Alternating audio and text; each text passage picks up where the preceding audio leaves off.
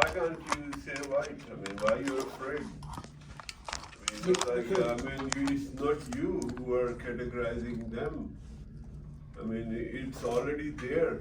Right. All you have to do is, have to have a courage. I mean, my thing is like, if you go in a battle or a war, you go with a strong position, not when you're weak. Right. So it's good to be like civil and not getting onto anybody's soft nerve.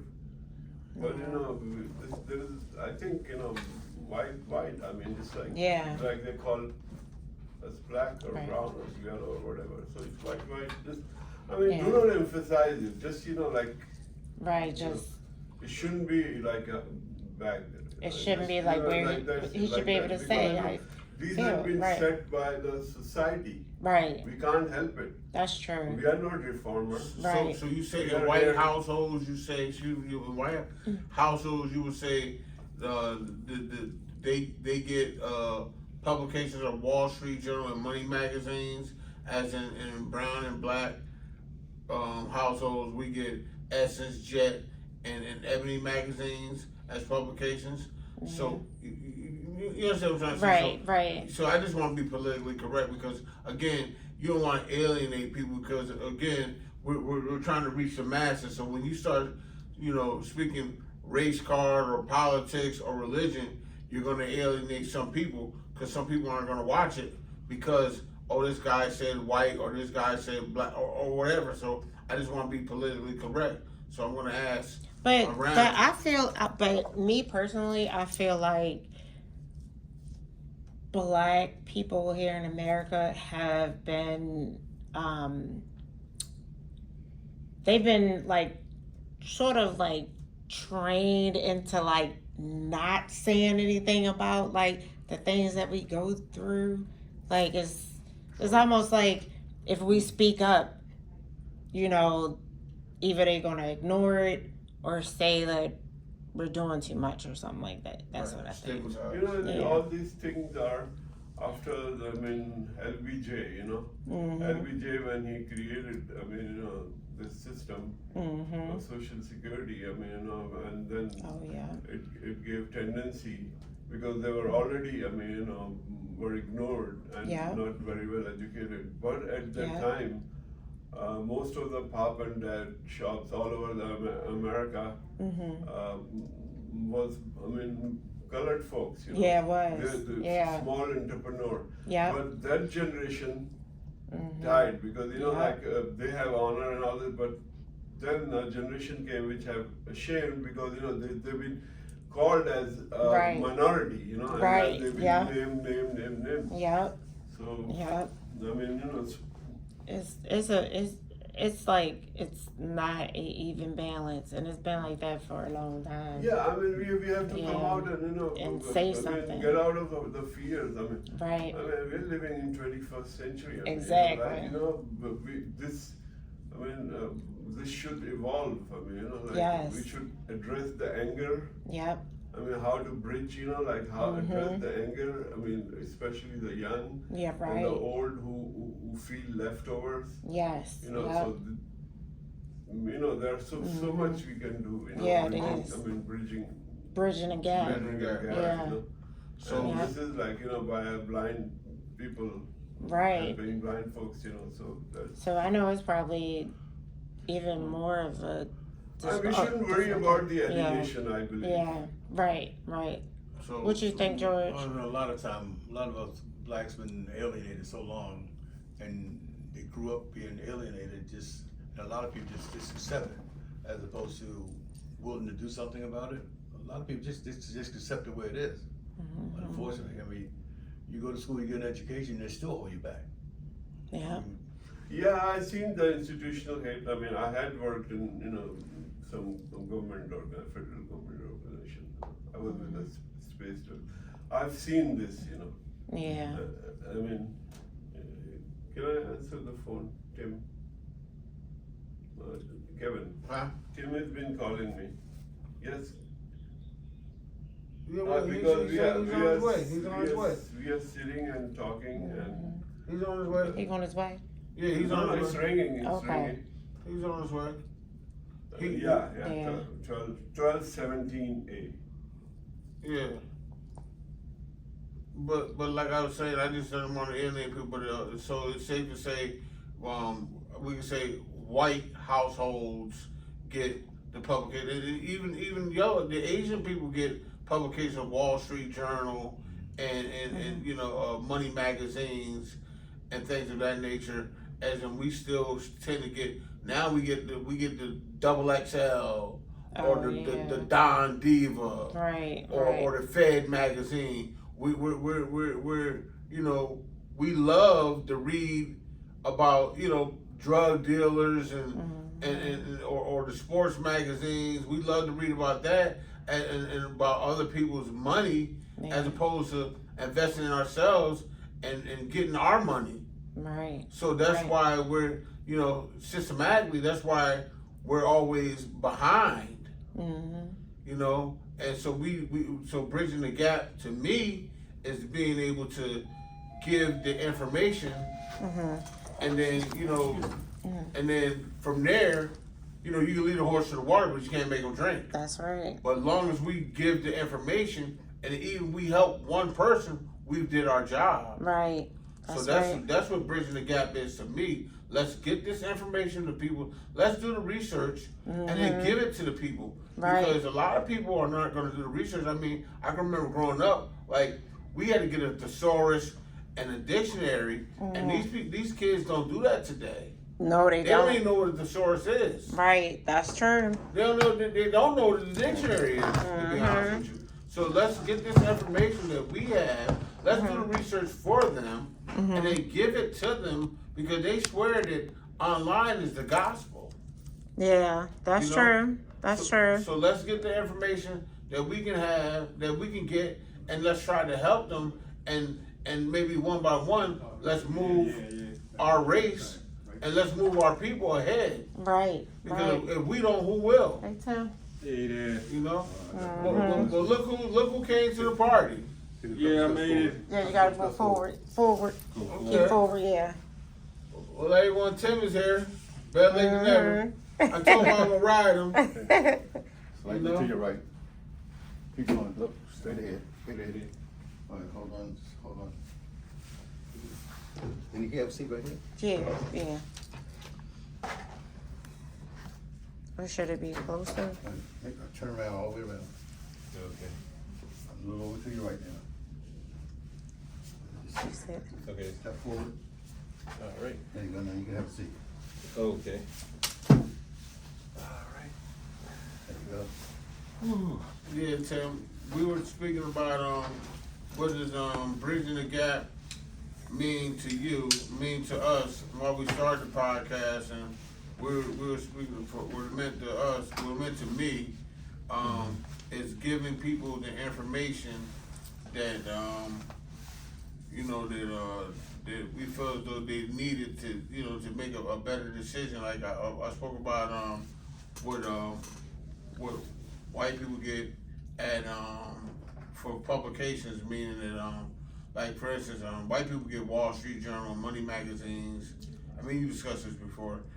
Yes, we did. They get that at home delivered, but black people get Jet magazine, Essence, and Ebony, and nowadays they get Double XL or Feds or Diva, Don Diva, or Slam magazine or Sports Illustrated. They get those type of publications, and we worry about other people's money as opposed to really building on our own wealth. And so that's why we're really behind, you know, as far as financial wise. Like I've asked you this, and you told me you didn't learn about. When did you learn about stocks, bonds, and mutual funds? If you mind, would you share that with us? Yeah, sure. Well, I learned about it, you know, in my early adult years, you know, 25 years old, and just being on a job, you know, with guys who their parents, you know, they had good jobs, you know, and I specifically remember a guy, his father worked for C&P Telephone. Okay. And they was raised in Federal Hill. And so this was back.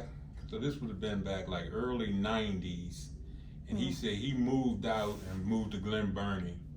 You know, because the area was becoming, you know, dilapidated, Right. you know, housing, and the you know, the behavior of the people was Just deteriorating changed. too. And so this was like, you know, it must have happened before the '90s. Him and his family had followed him, moved out. 'Cause that's when Right. I met him. I was working on the same job with him, and he was upset, you know, that they didn't keep the house. Oh, You know what wow. I mean? Yeah. They, you know, just got boarded up. They lost the house. Oh, wow. So we know what happened in Federal Hill up Wow. until the day, you know, they went down there and renovated. The house was going for $500,000. You know. So why did they lose the property? How did they lose the property? Well, his father retired. I don't know if he passed on, but he did leave the house to his son. Okay. The guy that I had met. Okay. Yeah, so I don't know. He you just know. didn't know what Yeah, probably to he, do you know, with the property. He didn't know. He didn't have no foresight that the area would change like it is now, and also, you know, it was crime ridden. Oh, You know, wow. back then in the '90s. It seems like the crime never stops. It's like they just keep repeating it every day and act like it's a new scenario. Like on the crime in Baltimore a little bit. Yeah. Yeah. So that's when I first, you know, heard about it. Would have been in the '90s, and we always rented. Our family always rented, but we was renting from relatives who owned the house. And you know, I had just been thinking last week and days that, you know, what, you know, the carpenter and the plumbing skills that I had. You know what I mean? We talking about now the late '90s. You know, where I should have purchased that house. You know, and you know, somebody else bought it. We moved. I moved to Baltimore County, but it would have been ideal. You know, looking back on it. So it was in my, you know, early adult years that I found out about investment and stuff. And it was, you know, it wasn't immediate friends, close friends. It was just people I met on the job, you know. So this was, you know, different racial groups. And guys was reading the Wall Street Journal, or they reading the Baltimore Sun, and they looking at the business section, you know, the stocks and bonds. I'm hearing them talk about it, but you know, I had no clue, you know, But they you know, I know it was investing. People investing money to make money, but you know how they did it, and you know how they could tell they were making money. You know, I would hear them say, you know, this stock did good, and I lost, or I made that.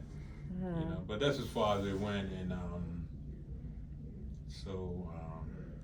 So my point being, not to interrupt you, but Well, one other thing, Okay, as go far as like growing up as a teenager, you know, my magazine was sports magazines, Sports Illustrated, So- football, basketball, right. and those kind of magazines, you know, that Kevin is talking about, you know, that was so far from my mind. So again, you prove my point, right? Yeah. My point is proven, right? That's gotta be- Yeah. Average black man, Right. you know, African American man anyway, Right. you know, in the black community, yeah. And so what I'm saying is, so in the white family, it's common talk at the dinner table. The father will take the son and say, hey, listen, you know, Tommy Jr., whatever his name might be, you know, for example, you're going to take this Wall Street Journal, and we're going to play with, you know, fake money, monopoly money, whatever it may be, and you're going to start 3 stocks. You're going to track them, and we're going to track them for a year, whatever, however long it takes you to understand this process. I'm going to teach you, and this is how the process, what they did to teach their son stocks and bonds and mutual funds. And so this is common talk at the dinner table in the 3rd grade. So how old was he in 3rd grade? 9 or whatever. So now Tim learned at 25. I didn't learn to the 12th grade, so I was 18 or whatever. So Right. Tim learned at 25. I learned at 18. So now he still little Tommy Jr. He learned at 9. So he's still 9 years ahead of me. He's what 9, and Tim's 25. So he's what 16 years ahead of Tim. So now he's really ahead of us. So they say that the average white person owns a house at the age of what 25, and the average black person owns a house at the age of 45. Wow. You understand what I'm saying? Yeah. So this is why we need to bridge the gap. Mm-hmm. So we're aiming to give people the information, and then it's up to you what you do with that after the fact. Right. Right. And that's what we're hoping to do. And we being individuals with different eye problems or whatever case may be, eye impairment, visual impairments. We aim to show you that, hey, listen, there's more to us than this visual impairment. We're visually impaired, but cognitively there's nothing wrong with us.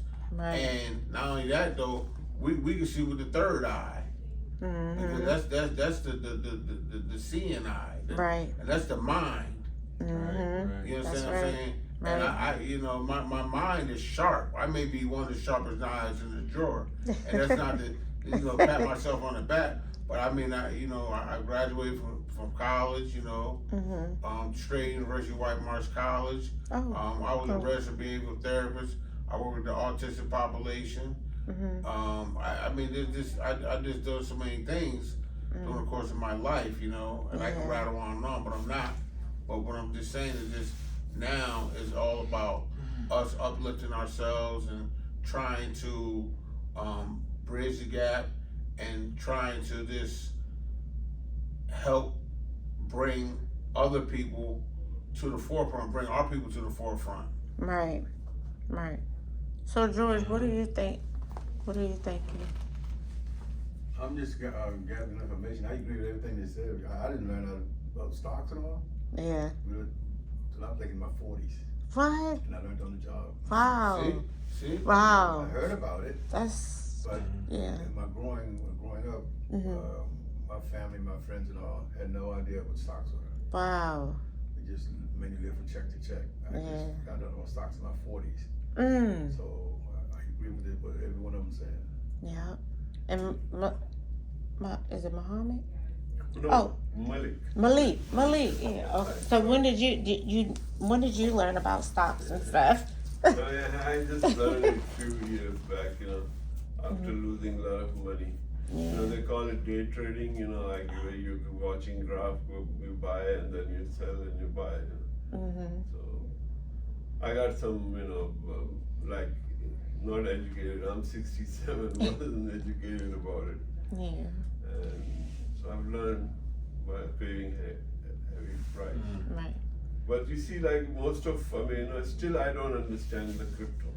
Oh, the crypto, yeah, that's So, like the whole game behind, like he was talking about the stocks. The stocks are also right now, I think, unless right you now get it for what this. they're saying, do not buy. Right. Do not buy, even for your own self also. Couple Right. of men, do not, for 2 or 3 months, do not buy. Right, yeah, that's Hold true. it. That's true. Just hold it. Yes, that's true. I believe crypto is timely because let me tell you, I lost some money in crypto too. Let me tell you something. Do not never. I'm gonna give you a lesson. Let me give you something. It was so funny. It was funny. It was not funny. If y'all ready to laugh, you can laugh right now. So I was down South Carolina, and I had a what was it? It was a cryptocurrency account, and I'm trying to think. I had 3. I had it was through I'm trying to think. It was three accounts I had. It'll come to me. But anyway, so it was just really crazy. So I was tracking it, and so I called, right, and I Googled it and I called, and then it was like first things first. When you call, when you can never call. Everything's done through email.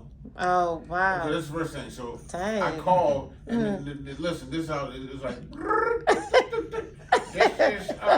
It was like it wasn't Amazon. It was like this is your local cryptocurrency dealer. I'm like, what is this? You know what I'm saying? But I went along with it, right? Because I was just so like it was just crazy to me. So they told me to download an app called anydesk.com, right? What? So Anydesk? Anydesk. So listen, this thing was so slick to me.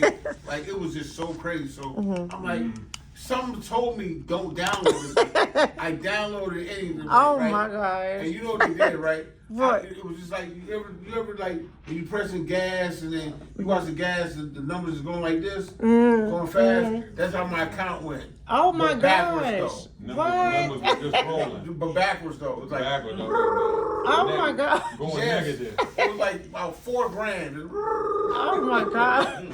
Yeah, And I'm it like, took all your money out? yes, because I downloaded AnyDesk. So you download AnyDesk. AnyDesk is a scam because when you download AnyDesk, they can control your phone through any place where they at. Oh my AnyDesk.com. gosh. I've never even heard of that If you before. download the app, they can control Your phone.